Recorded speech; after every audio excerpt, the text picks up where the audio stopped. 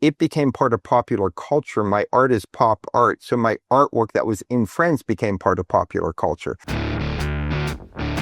My goal is to create a style that I would be known for, and it started evolving. I had a t-shirt company. I was putting my art on t-shirts.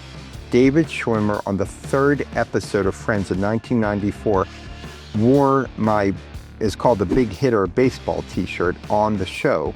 And so at that time, someone called me up and said, "Oh my gosh, I'm watching this show called Friends, and there's some guy wearing your t-shirt." And I'm like, "What are you talking about?" I call up Warner Brothers the next day, and I'm like, "Hey, my name is Burton Morris. One of your actors is wearing my t-shirt on the show called Friends." They actually got Kevin Bright, who created the show, on the phone. And he's like, "I know that shirt. That's cool. I like that art." So he's like, "Are you ever out in LA?" And I was actually going to visit my sister 2 weeks later. So he's like, "Why don't you come out and come by the set?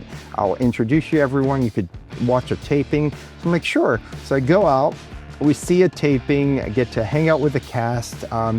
Show keeps getting bigger and bigger. Yeah. And then every season they would call me, the set director and the Kevin Bright. Every season for 10 seasons, they used my art on the show. And apparently we figured out that my art roughly was in over 130 episodes. Wow. Over the season. But again, no one knew that show was going to become what it did. So for me personally, what was great about it was, as the show was building and my art was on this, and the backdrop of like Central Park or in the apartment, I started getting known as the artist of Friends. And it was, for me personally, Friends, as we look back now 30 years later, it became part of popular culture. My art is pop art. So my artwork that was in Friends became part of popular culture.